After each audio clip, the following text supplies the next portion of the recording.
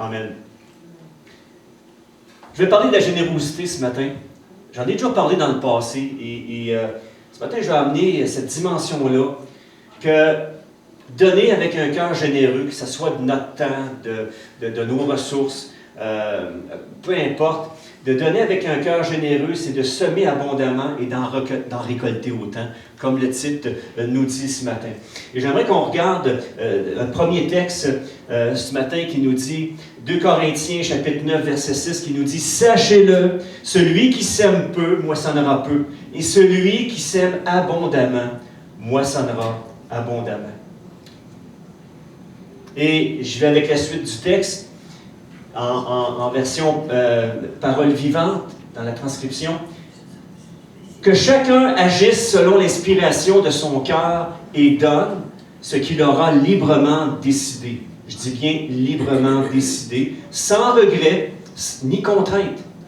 Dieu aime celui qui donne avec joie. Il peut aussi vous combler de ses dons les plus divers. Ainsi, vous aurez en tout temps amplement ce qu'il vous faut. Et il vous restera encore du superflu pour toutes sortes de bonnes œuvres. Amen. Ça, c'est la parole de Dieu. Et je vous le dis, depuis que je suis né de nouveau, depuis que j'ai donné ma vie à Jésus à l'âge de 17 ans, ce principe-là, j'ai toujours vu fonctionner, tout le temps. Vous savez, je ne suis pas le plus grand fan d'amener des prédications sur l'argent. Et ce n'est pas ce que je vais faire aujourd'hui. Ce que j'ai à cœur de vous amener, c'est toute la dimension de la générosité au point de vue biblique, selon le cœur de Dieu, selon ce que la parole de Dieu nous démontre de la générosité. Et que cette générosité-là, c'est une semence qui vient porter du dividende dans nos propres vies. Et dans la mesure où notre cœur s'aligne avec la générosité de Dieu, et dans la mesure où on voit Dieu agir, dans nos finances, dans notre santé, peu importe. Et puis ce matin, je ne veux pas amener une parole d'évangile de prospérité, loin de là. C'est vraiment des textes dans leur contexte que je vais emmener ce matin. Et juste vous dire que toute ma vie, depuis que j'ai donné ma vie à Jésus jusqu'à aujourd'hui, j'ai toujours vu Dieu agir. Agir dans mon épouse, dans ma vie, dans ma famille, dans notre santé, dans nos finances. Ça ne veut pas dire qu'on n'est jamais malade. Et c'est sûr, on traverse des fois des situations qui sont pénibles. Mais ce que je veux dire, c'est que Dieu a toujours pris soin de nous, tout le temps et toujours. Et j'ai toujours vu Dieu agir aussi au travers, tout simplement, ce qu'il nous demandait, tout simplement, en tant que croyants, en tant que chrétiens, d'avoir cette générosité-là envers nos proches, envers les frères et sœurs de la communauté, envers notre communauté ici, autour de nous. Et en tout cas, j'aurai des choses à vous conter tantôt qui viennent toucher à ce message-là. Donc, le principe, le but de ce matin, donc, c'est en ce qui concerne la générosité, qui est faite avec une réelle joie. Nous récoltons toujours ce que nous semons pour l'œuvre de Dieu. On récolte toujours. C'est un principe même de l'agriculture. Le principe de l'agriculture terrestre, si on veut, ben, c'est tiré de ce principe-là spirituel que si on sème, peu importe la façon qu'on sème, peu importe les ressources qu'on va semer, mais il y aura toujours une récolte qui va être au bout de cela. Combien est-ce qu'il y en a qui croient ça ce matin? Il y a toujours une récolte. Puis les textes des Écritures vont vous le prouver ce matin. Donc, une petite mise en contexte des versets qu'on vient de lire. Donc, je vais faire une mise en contexte. Donc, dans les chapitres 8 et 9 de 2 Corinthiens, OK, donc ça inclut 2 Corinthiens, chapitre 9, versets 6 à 8, Paul cherche à encourager fortement l'Église de Corinthe à envoyer leurs dons aux croyants qui sont dans le besoin dans l'Église de Jérusalem. Donc, c'est Paul, quand les versets que j'ai lus sont inclus dans une demande de Paul aux Corinthiens pour envoyer de l'argent aux chrétiens de Jérusalem qui vivent vraiment de la difficulté là-bas. Il manque de ressources financières et à plusieurs niveaux. Et Paul, l'apôtre Paul, amène ce principe-là tout simplement. Donc, l'apôtre Paul rappelle aux membres, aux Corinthiens, l'exemple des croyants de Macédoine. Il leur dit que dans sa grâce, Dieu promet une moisson qui correspond à ce que les croyants sèment. Donc, Dieu vous promet une moisson à ce que vous semez dans son œuvre, de ce que vous semez autour de vous, dans les besoins. Et puis, les besoins sont grands. Cette semaine, il y a encore une travailleuse sociale qui m'a appelé. Il y avait des personnes dans le besoin. Puis nous, on fait partie du comité SASA, qui est Santé alimentaire pour une saine alimentation. Et nous, on est comme dans le filet de sécurité, on est comme le dernier recours. Et quand toutes les autres ressources, soit le manoir ou peu importe, ne peuvent pas, mais on est comme le dernier recours. Encore, j'ai eu une demande cette semaine d'un besoin, de quelqu'un qui vit un besoin. Donc, l'Église aussi répond aux besoins extérieurs, pas juste les besoins internes ici de l'Église, mais la communauté, pour moi, l'Église, ça se répand même à l'extérieur et on doit prendre soin de notre communauté autour de nous. Et puis, on a besoin aussi que les croyants ici, vous puissiez, en tout cas, puis je le vois, vos cœurs sont généreux jusqu'à ce jour et continuez dans votre générosité, continuez de mettre des argents dans l'offrande afin que cet argent-là serve vraiment aux besoins qui nous entourent, tout simplement. On a un compte, ici à l'Église, on a un compte où est-ce que, en dernier recours, les gens nous appellent et puis on peut répondre aux besoins. Quand ils ont passé à travers les travailleurs sociaux puis il n'y a pas d'autre solution, l'Église ici, on veut avoir ce cœur-là généreux, autant qu'on peut le permettre, là, autant que nos finances le permettent aussi, de pourvoir aux gens qui sont autour de nous, de jamais laisser tomber personne, jamais, jamais, jamais. Donc, notre cœur, c'est de s'aligner avec celui du Seigneur, tout simplement. Donc, ça nous dit ici, celui qui sème abondamment avec joie récoltera autant. Donc, c'est une loi spirituelle qui est incontournable, c'est absolument incontournable. Et toujours dans le contexte du verset 6, Paul expose un principe spirituel à l'aide d'une image qui se rapporte à l'agriculture. Et il dit ici, sachez-le, celui qui sème peu, moissonnera peu. Et celui qui sème abondamment, moissonnera abondamment. Puis on le sait, c'est universel. Tous les agriculteurs de la planète reconnaissent que l'importance de leur récolte, c'est directement lié à la quantité de semences qu'ils ont plantées en terre. Puis le fermier qui a semé peu de semences moissonnera une récolte en conséquence. Celui qui sème abondamment moissonnera une récolte abondante. Ça va directement proportionnel. Donc, dans le domaine spirituel, le principe est le même. Donner à Dieu attire la bénédiction de Dieu. Et en grec, l'adverbe abondamment, qu'est-ce qu'on a lu ce matin, celui qui sème abondamment récoltera abondamment. Le mot abondamment, en grec, c'est eulogia, et qui signifie littéralement bénédiction. Une bénédiction qui nous est retournée tout simplement. Quelqu'un a dit que ceux qui donnent généreusement, j'ai le texte ici, vous pouvez le lire, ceux qui donnent généreusement moissonneront de riches bénédictions de la part de Dieu, tandis que ceux qui retiennent égoïstement de le faire, parce qu'ils craignent de perdre quelque chose, se privent d'un gain incalculable. Et là, c'est toujours dans le cadre d'une attitude de cœur ici. Dieu n'oblige personne à donner. Moi, en tant que pasteur, vous ne m'avez jamais entendu parler de finances et vous obliger qui que ce soit à donner. Vous le faites librement. C'est ce que la parole nous dit ce matin, qu'on a lu. On le fait absolument librement. On le fait avec joie et librement. Et si ce n'est pas fait librement et avec joie, ne donnez pas. Ne donnez pas. Si ce n'est pas une attitude de cœur où vous vous sentez libre de donner, vous sentez une joie de donner parce que vous savez que vous donnez pour la bonne cause ou pour la bonne chose, eh bien, ne donnez pas. Dieu désire ton cœur, donne librement. Ça peut être un petit montant, peu importe ce que Dieu t'amène ou t'appelle à donner. Un, sois obéissant. Deux, fais-le avec joie. Et ensuite, fais-le librement. Tu le fais librement. Ça doit venir d'une façon libre. Donner, Oups. Donnez, et il vous sera donné dans tous les domaines de votre vie.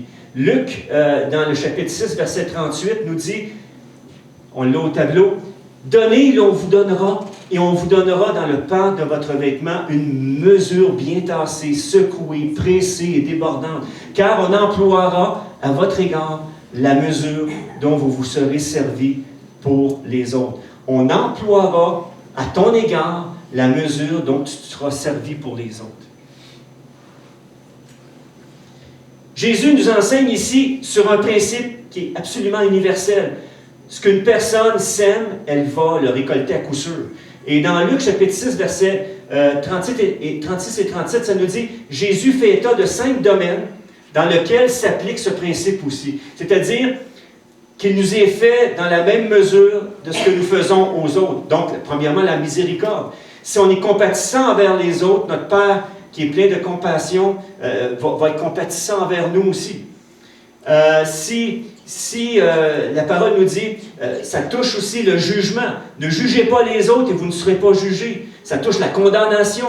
Ne condamnez pas les autres et Dieu ne vous condamnera pas non plus. Le pardon. Laissez tomber vos griefs, pardonnez et vous serez vous-même pardonnés. Et finalement, la générosité. Donnez et l'on vous donnera, on versera dans le pan de votre vêtement une bonne mesure, bien tassée, secouée, pressée et débordante. C'est ce que Dieu nous promet ce matin. Et ce n'est pas l'évangile de prospérité, c'est simplement un principe universel, tout simplement. Donc, c'est vraiment la manière dont j'agis envers les autres qui servira de jauge, de mesure à l'action de Dieu envers moi. Donc, j'aimerais ouvrir une petite parenthèse avant de continuer plus loin sur le pardon, qui n'est pas le sujet de ce partage ce matin, mais qui fait quand même partie intégrante des actes de générosité que nous pouvons poser tous les jours de notre vie. Donc, le pardon est un acte de générosité. Il y a quelque chose qui est vraiment intéressant que quelqu'un a dit, c'est que juste avant que Jésus ne dise « Donnez et l'on vous donnera », il a affirmé « Pardonnez et vous serez pardonnés vous-même ». Cela veut dire que celui qui est porté à pardonner est la même personne qui donnera généreusement de ses ressources. Oups, attends, OK. Quand je passe par-dessus une offense, j'accorde le pardon à celui qui m'a fait du tort. Mais c'est aussi un don que je me fais à moi-même, car je me libère de l'amertume et des conséquences, de tous les problèmes physiques et psychologiques qui l'accompagnent, donc les conséquences de l'amertume et du non-pardon. Donc, donner et pardonner sont tous les deux des actes de générosité. Le fait que je pardonne aux autres les offenses qui me sont faites, et le fait que je donne de mes ressources, ça se rejoint ensemble. Dieu nous a donné son Fils afin que nous soyons pardonnés. Dans la prière du Notre Père, une des choses qui ressort, c'est « Père, pardonne-nous nos offenses comme nous pardonnons à ceux qui nous ont offensés. » Et quand je relâche le pardon, même si c'est difficile, parfois, je vais être pas obligé, mais je vais demander au Seigneur la grâce de me pardonner des fois des choses qui me sont faites. Seigneur, donne-moi la grâce de pardonner cette personne-là, parce que là, ce qu'elle a dit comme parole, ça m'a vraiment touché, ça m'a vraiment blessé. Seigneur, mets ta main sur elle. Et même quand j'ai essayé peut-être de parler avec, de discuter avec, de comment ça m'a fait mal, et que la personne elle reste sur sa position et puis elle ne veut rien savoir. Seigneur, pardonne-la. Seigneur, je la remets entre tes mains. Pardonne-lui. Et Seigneur, c'est toi qui es juste. Je n'ai pas à juger cette personne-là. C'est toi qui es le juste juge. Et Seigneur, touche cette personne-là. Et en ce qui me concerne, Seigneur, que mon cœur, il n'y a rien, qu'il n'y ait aucune amertume, qu'il n'y ait aucun non-pardon qui puisse rester à l'intérieur. Qui va t'empêcher, Seigneur, de pouvoir m'utiliser. Amen. Amen. Donc, il y a toujours un feedback. Il y a toujours un feedback positif. Un feedback positif à une saine générosité. Il y a une promesse dans la Bible je suis rendu au petit b ici. Il y a une promesse pour celui qui donne avec largesse. Dans Proverbes, chapitre 11, verset 24, ça nous est dit ici, « Certains donnent largement et accroissent leur fortune. Certains donnent largement et accroissent leur fortune. Certains donnent la... Oh, le 10 est accroché. OK. D'autres épargnent plus qu'il n'est nécessaire et s'appauvrissent.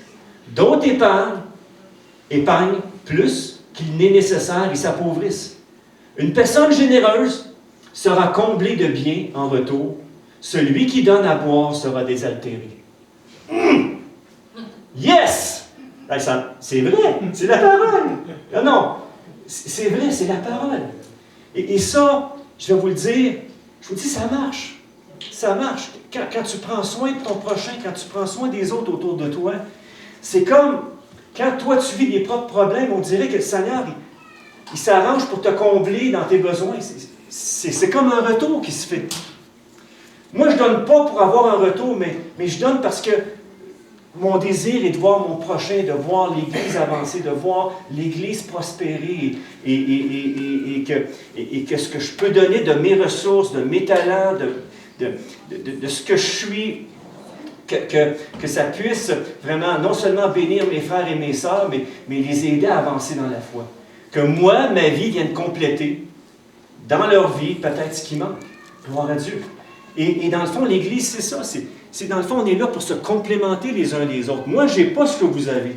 Mais par contre, si vous partagez ce que vous avez en talent, en dons, en ressources, ben ça va venir, moi, me complémenter dans ce qui me manque. Et c'est ça le merveilleux de l'Église, c'est que chacun a un appel différent, chacun a reçu des dons et des capacités complètement différentes. Mais le fait que ce matin, je donne généreusement de mes dons, de mes capacités, bien, gloire à Dieu. Ça vient complémenter. Et vous, ce que vous donnez en dons, en capacité, dans ce que vous voulez développer pour le ministère, bien, ça vient complémenter ce que l'Église a besoin. Est-ce que je peux entendre amène là-dessus? Amen. Ça vient complètement complémenter. Complètement complémenter. Oui, ça se dit. Donc,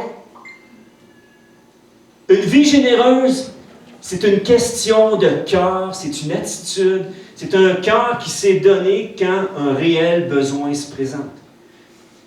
Donc, oui, il faut donner avec discernement. Ce matin, il ne faut pas donner n'importe comment. Mais il faut donner dans le sens de pouvoir aider les gens, de promouvoir à leur foi, de promouvoir à leur avancement, eux aussi, dans leur appel. Amen. La générosité amène une vie remplie de bénédictions et elle fait voir clairement l'état spirituel de notre âme. Une personne généreuse va prospérer dans tous les domaines de sa vie. Bien sûr, il ne s'agit pas d'entrer dans une dynamique qui va nous conduire dans une détresse financière. Paul, quand il a fait cet enseignement-là aux Corinthiens, il a dit de ne pas se mettre non plus dans la détresse, de ne pas donner dans un sens pour se mettre dans la détresse. Mais quand on donne, qu'on puisse donner vraiment ce que ça nous met à cœur et qu'on puisse donner largement aussi. Et le superflu que Dieu permet que nous ayons, bien que ce soit vraiment pour le bénéfice des gens qui nous entourent, pour le bénéfice de l'Église aussi. Puis encore là, ce n'est pas juste de l'argent, mais c'est en question de dons, de temps, etc., de talent. Donc, donner avec discernement, mais ici, il parle de ne pas donner dans le sens d'aller dans un chemin de détresse financier non plus, physique ou spirituel. On a besoin, moi en tant que frère qui est serviteur de tous, j'ai besoin de temps de repos. Moi, c'est les lundis. Donc, les lundis, c'est vraiment, on décroche, on a besoin de temps de repos. Oui, j'aime donner de mon temps. Quelqu'un m'appelle, en tout cas, jusqu'à ce que je cherche, jusqu'à présent, quelqu'un qui vit un réel problème ou une difficulté, je vais toujours répondre à son appel, je vais prier avec elle, et puis je vais donner de mon temps. Puis, c'est certain qu'il y a des périodes où est-ce que j'ai besoin de repos aussi, j'ai besoin de prendre soin de ma santé, j'ai besoin de prendre la parole, de passer du temps avec Dieu. Vous comprenez ce que je veux dire? que ce soit spirituellement, physiquement ou financièrement, il faut toujours y aller avec discernement, avec la touche du Saint-Esprit qui nous guide là-dedans. Ce que je t'entends amen là-dessus. Amen. Et puis, aussi, d'éviter de se faire abuser, manipuler par les autres, mais de discerner les réels besoins. Puis demander au Seigneur, aide-moi aujourd'hui à discerner le réel besoin pour que ma vie puisse être utile pour la personne que tu vas placer devant ma route aujourd'hui. Amen? Amen. Yes.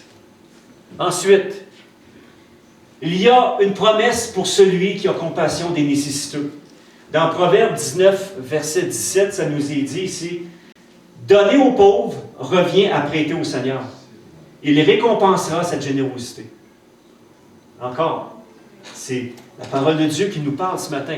« Donner aux pauvres revient à prêter au Seigneur. Il récompensera cette générosité. » Jusqu'à date, là, il n'y a pas personne qui a envie de partir, là, non? Ça va, là? C'est bon.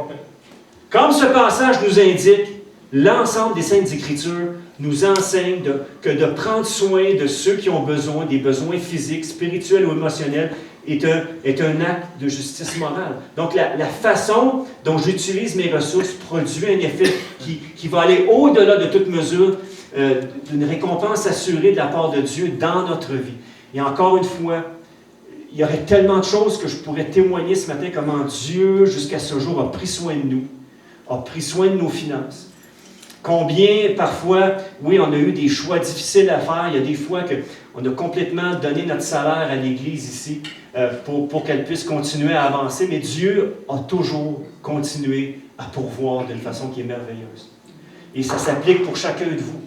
Moi, je ne suis pas meilleur que vous. Dans le fond, je fais juste prendre des principes, les clés de la parole et de les mettre en pratique. Et Jésus l'a dit, celui qui met en pratique ma parole, ben, c'est celui qui m'aime. Et de juste mettre en pratique ces principes-là, même si des fois, sur le coup, OK, tu y réfléchis à 2 fois, mais le Saint-Esprit te dit, go, vas-y, ben, le fait d'obéir amène la grâce et la puissance de Dieu dans ta vie, tout simplement.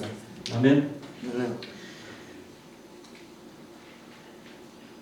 Comme ce passage nous l'indique, l'ensemble des Saintes Écritures nous enseigne à prendre soin de ceux qui ont des besoins physiques. Donc, la façon dont j'utilise mes ressources produit un effet au-delà de toute mesure. Donc, ce que l'on garde égoïstement pour soi pourrit. Ce que l'on donne généreusement pour les autres qui sont dans le besoin fleurit. Hey, je vais la répéter, celle-là, c'est trop cute. Okay? Ce que l'on garde égoïstement pour soi, ça pourrit. Ce que l'on donne généreusement pour les autres dans le besoin fleurit. Wouh! Non, j'aime ça. Ah non, moi, j'aime ça, cette parole-là. Parce que c'est vrai. Je le vois dans ma propre vie. Je vous le dis, je vous en témoigne. Je vous en témoigne. Dieu t'appelle à être généreux et compatissant envers ton prochain et il rattache des promesses à cela. Et Ésaïe 58, verset 10, ici, qu'est-ce que ça nous dit? J'aime vraiment ce passage d'Ésaïe qui nous dit 58, 10. Si tu partages tes propres ressources avec celui qui a faim, si tu réponds aux besoins de l'opprimé, ta lumière surgira au milieu des ténèbres et ton obscurité sera pareille à la clarté du midi. C'est vrai, la parole de Dieu, c'est vrai, Dieu ne ment pas. Dieu ne ment pas. Toutes les fois que tu es généreux envers quelqu'un, que tu vois un besoin autour de toi et que tu t'appliques à te tourner de toi-même, de ton côté égoïste, à te tourner vers les autres, ça te revient, veux pas. Ça te revient. C'est une semence que tu sèmes et que tu vas récolter, veux pas. Ta lumière surgira et ton obscurité sera pareille à la clarté du midi. L'Éternel sera constamment ton guide. Écoutez bien ça. Il répondra à tes besoins dans les endroits arides. Et quels sont ceux, parfois, vous traversez des zones arides. Vous traversez la vallée de l'épreuve. C'est dur, c'est difficile, c'est sombre, il n'y a pas de soleil, il y a les nuages qui sont là, mais ne craignez rien, le soleil est en arrière des nuages. Il est toujours là, le soleil. Mais il y a des fois, il y a des nuages qui viennent se placer au-dessus de notre tête dans notre vie. Et on crie au Seigneur et combien ces temps-ci, j'ai passé par des ondes d'ombre, mais Dieu a toujours été là. Tout le temps, tout le temps, tout le temps. Le message que je vous amène avec tout mon cœur ce matin, je vous le dis, les principes de Dieu fonctionnent ce matin. Ça fonctionne. Ça fonctionne. Dieu ne ment pas. Dieu n'est pas un homme pour mentir. Ce qu'il dit, il l'accomplit. Tu seras pareil à un jardin. Moi, j'étais des jardins. Tu seras pareil à un jardin bien arrosé, à une source dont l'eau n'arrête jamais de couler. L'eau de la grâce, de l'Esprit de Dieu, des fleuves coulent au travers des cœurs généreux ce matin. Je vous le dis, c'est la vérité. Je vous le dis. La parole vous le dit, d'abord et avant tout.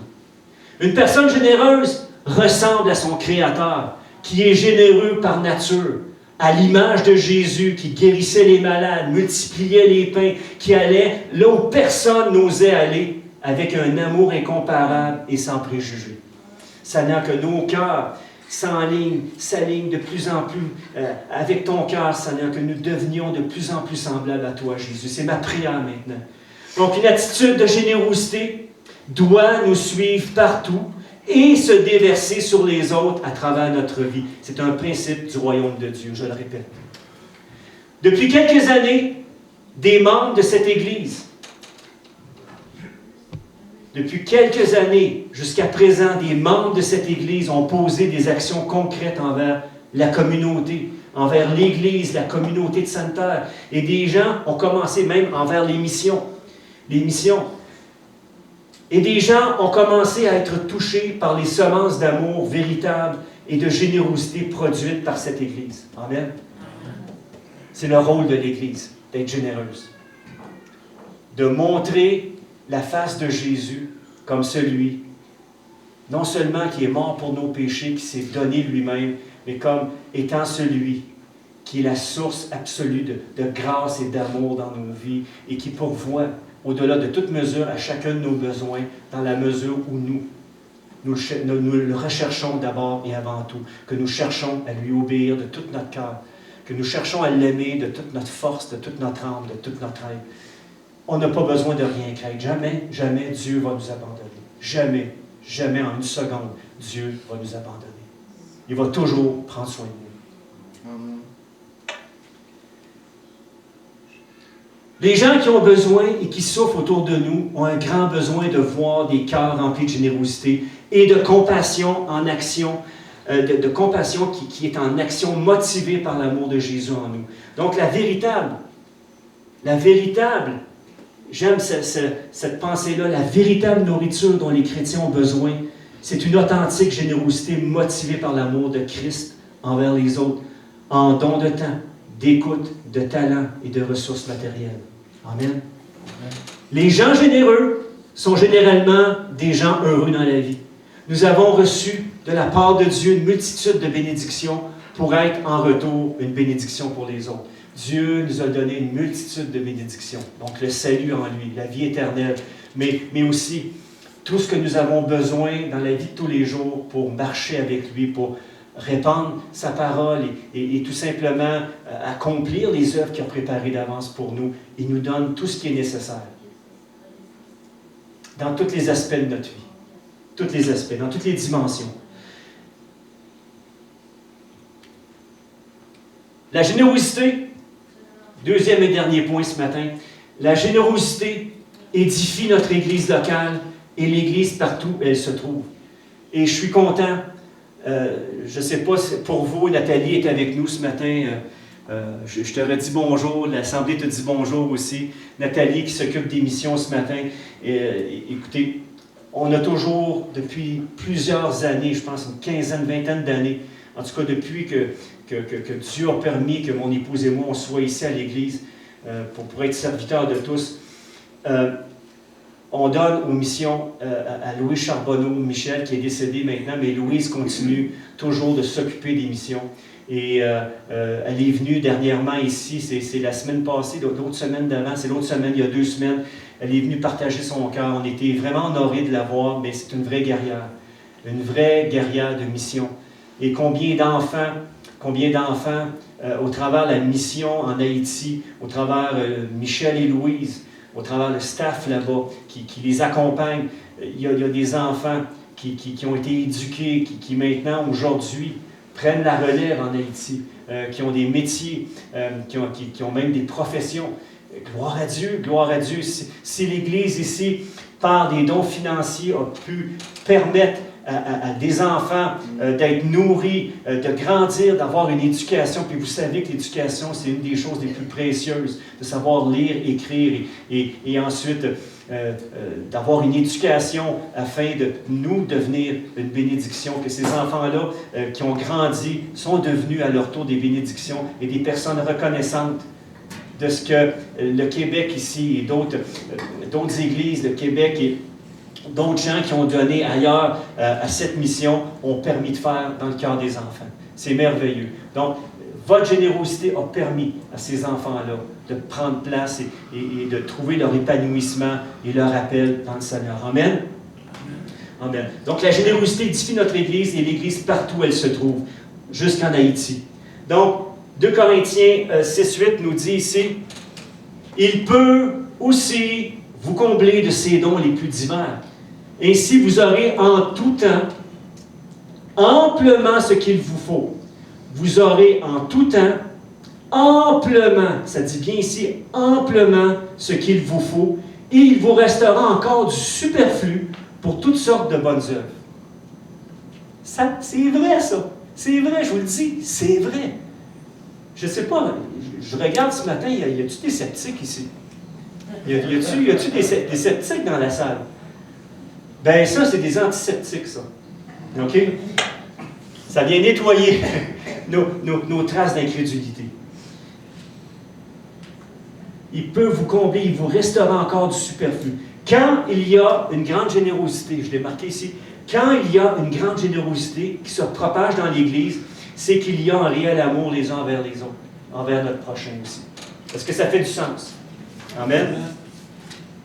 Cette générosité peut s'expérimenter selon le contexte et les besoins dans lesquels nous nous trouvons.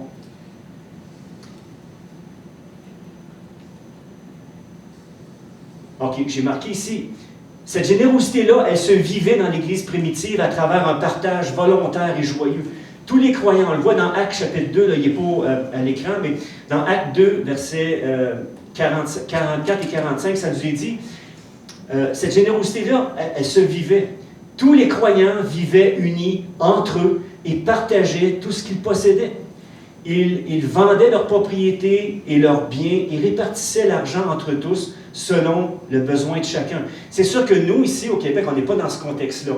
Mais dans le contexte où ils étaient, dans l'extrême pauvreté d'une multitude de gens, mais pour qu'il y ait égalité, que les gens aient de la nourriture et qu'il y ait des soins, qu'il y ait une égalité, il y a des gens qui vendaient tout. Ils vendaient leur propriété, puis ils partageaient leurs biens. Et ça, c'était de la générosité, mais ça, c'est à côté. Ça, c'est vraiment de la générosité au maximum. Et ils le faisaient avec joie. Donc, Jésus nous dit, car là où est ton trésor, là aussi sera ton cœur. Sera ton cœur. OK. Là où j'investis mon temps, mon argent, mes talents, mes efforts, mon énergie, c'est vers cette direction que mon cœur se porte. Donc, le principe ce matin est, si je suis généreux envers vous, envers mon prochain, dans le besoin et envers mon Église, c'est là que sera mon cœur. On peut dire amen, là, j'ai fait une association logique, tout simplement. Chaque fois, je l'aime celle-là, chaque fois que je me donne à Dieu, mon cœur est attiré plus près de lui. Et chaque fois que je vous donne, que je donne à quelqu'un, mon cœur se rapproche de lui ou se rapproche de vous. Et ça, c'est vrai, ça marche. J'ai vécu l'expérience dernièrement avec quelqu'un dont je nommerai pas le nom. Mais il y a une proximité qui se fait, puis écoutez, la personne, c'est tellement encourageant pour elle aussi. Parce que des fois, on vit des problèmes qui sont ponctuels, des problèmes qui nous arrivent de même, puis c'est comme tout fait pour que les choses ne fonctionnent pas. Et Dieu, des fois, nous pointe ces gens-là, tout simplement pour qu'on puisse être sensible à leurs besoins et de pourvoir avec ce que Dieu nous permet de pourvoir avec, tout simplement. Amen? Amen. Amen. Est-ce que je l'ai tout dit, celle-là? Donc, la générosité bâtit notre communauté. C'est ça. La générosité bâtit notre communauté. C'est lorsque nous pratiquons vraiment la générosité que notre cœur s'agrandit et s'éloigne d'une vie centrée sur soi-même. 2 Corinthiens 8,14 nous dit « En ce moment, vous êtes dans l'abondance et vous pouvez donc venir en aide à ceux qui sont dans le besoin. Puis, si un jour vous êtes dans le besoin et eux dans l'abondance, ils pourront vous venir en aide. C'est ainsi qu'il y aura égalité. » C'est-tu pas merveilleux? Dieu a tout prévu même au sein de l'Église pour que personne ne manque de rien. Personne. J'aimerais conclure avec ceci. Je conclue, une vraie conclusion. Notre générosité envers Dieu devrait toujours être une réponse à sa grâce infinie envers nous, d'un cœur motivé par l'amour de Christ en nous. Qu'est-ce qui doit nous motiver à donner? C'est l'amour de Christ qui doit nous pousser, qui doit nous motiver à agir. C'est cette compassion-là de Christ en nous. Le fait de regarder les gens avec ses yeux à lui. C'est ce que je prie, Seigneur. Donne-moi tes yeux pour voir les réels besoins, de voir les gens sans préjugés, sans porter de jugement sur eux.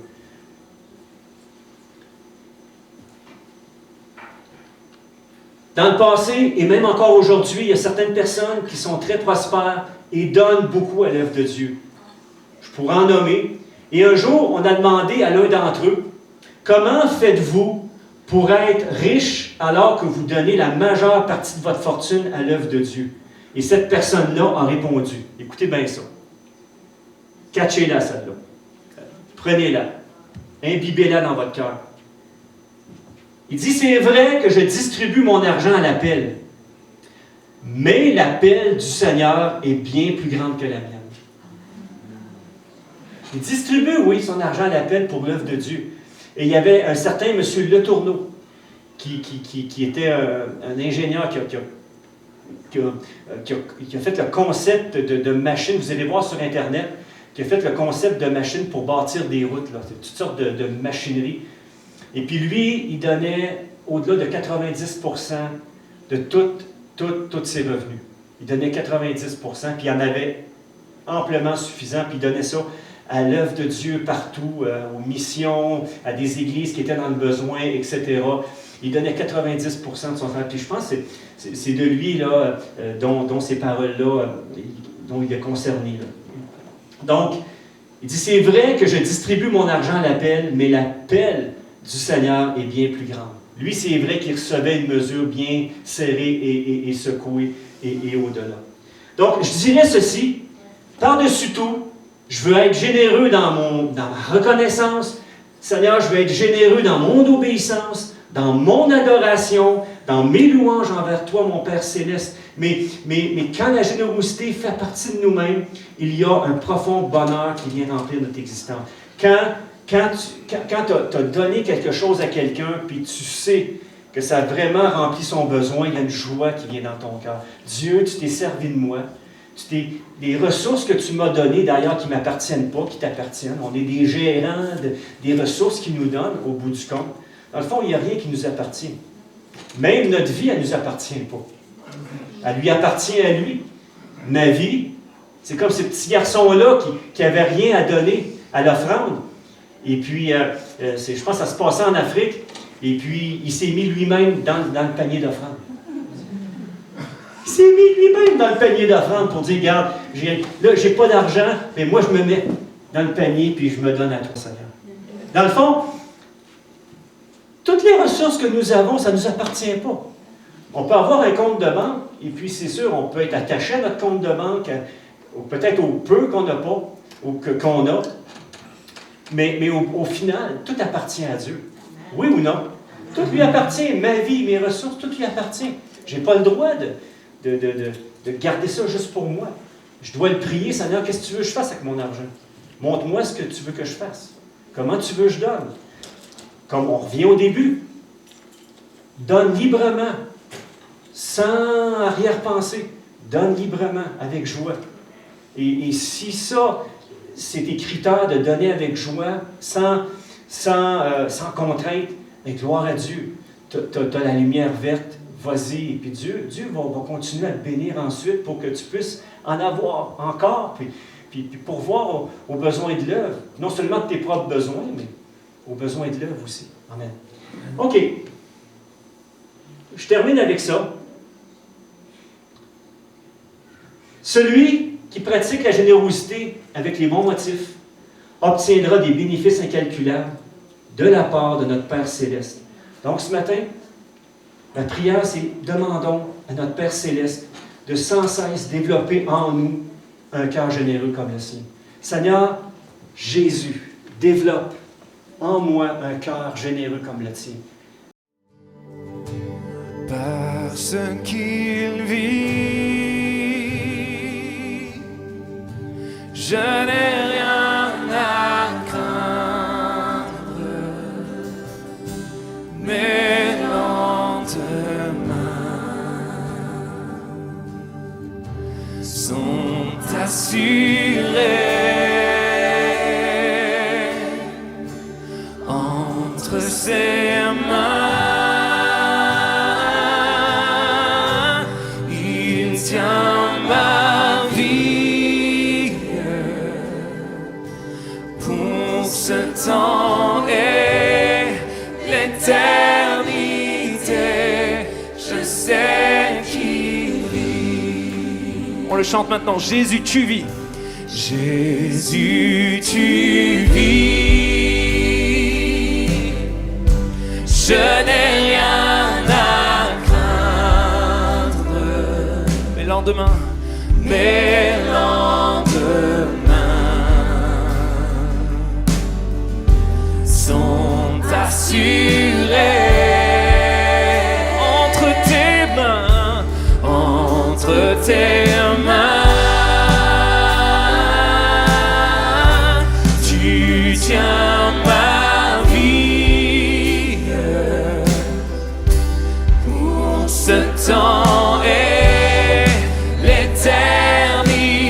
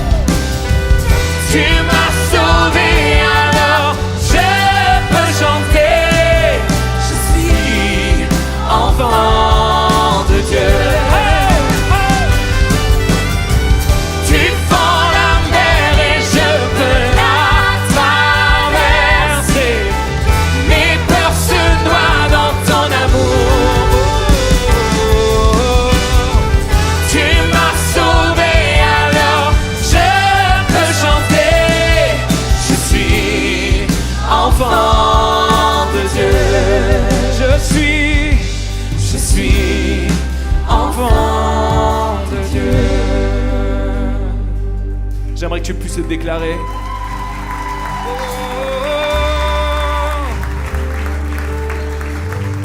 Alléluia. J'aimerais qu'on puisse le déclarer ensemble. Je ne suis plus esclave de la peur. Parce que si Jésus est en toi, tu n'as plus peur, tu n'as rien à craindre. Il est toujours là. Tu tiens sa main, il tient ta main, il te protège. Alléluia. Je ne suis plus, dis-le. Je ne suis plus esclave de la peur. Je suis enfant de Dieu.